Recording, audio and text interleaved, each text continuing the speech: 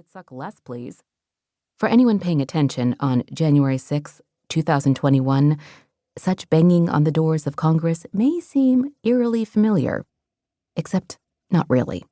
Unlike the deranged followers of Tangerine Palpatine, the 1781 mutineers had no intention of actually harming any members of Congress. So, a horse shits in a house. The mutineers raided supplies for their journey, including horses. Tempe Wick, age 22, lived in Jockey Hollow, New Jersey. Her father, recently deceased, she cared for her sick mother and mentally ill brother. Her mother's health took a downward turn, and Tempe rode Colonel to fetch the doctor. Along the way, 3 mutineers intercepted her and said, "Give us that fucking horse."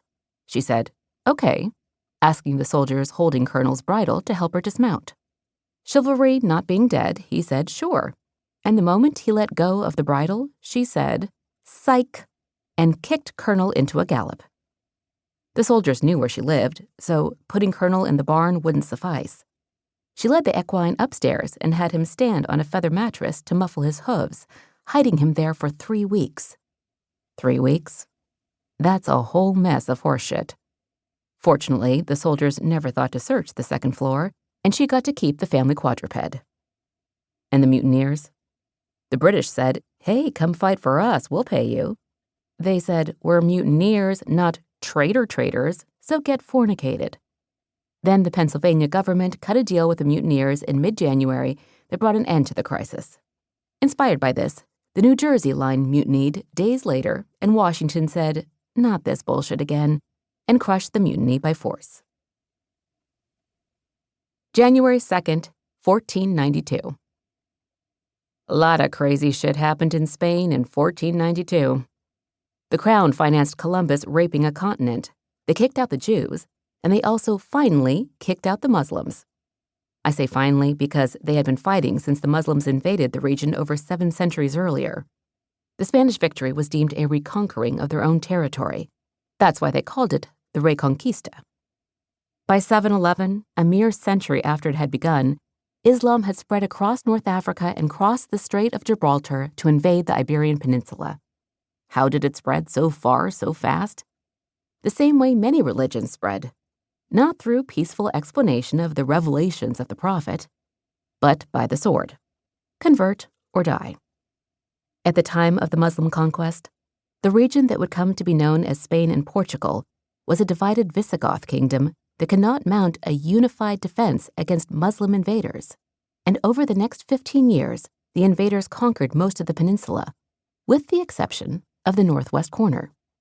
And it was from that corner the Reconquista launched. Pretty much right away, but wow, was it slow going. Almost 8 motherfucking centuries of fighting to take back the territory, which of course involved the forcible conversion of Muslims and Jews to Christianity. On January 2nd, 1492, the Emirate of Granada in the southeast of Spain, the final Muslim stronghold on the peninsula, surrendered to the Christian forces. The interesting thing is that during the Islamic occupation of Spain, the invaders had been pretty tolerant of other religions, and many Christians and Jews and Muslims lived side by side, mostly in peace.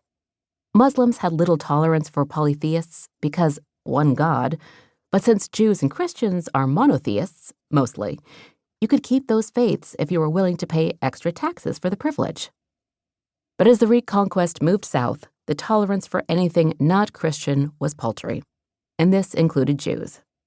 A few months after the surrender at Granada, there was a decree that any Jews remaining in the country had to convert to Christianity or get the fuck out. And many did convert, but others refused. Approximately 100,000 Jews were expelled, and thousands died during their flight.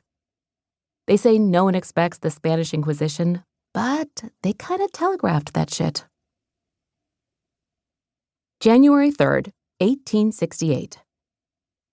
The focus of this story takes place a decade previous, but I must begin by saying that the end of the shogunate in Japan deserved a better Hollywood telling than Tom Cruise as a white savior for a lost cause in The Last Samurai. Watching that movie, I kind of wanted the samurai to lose.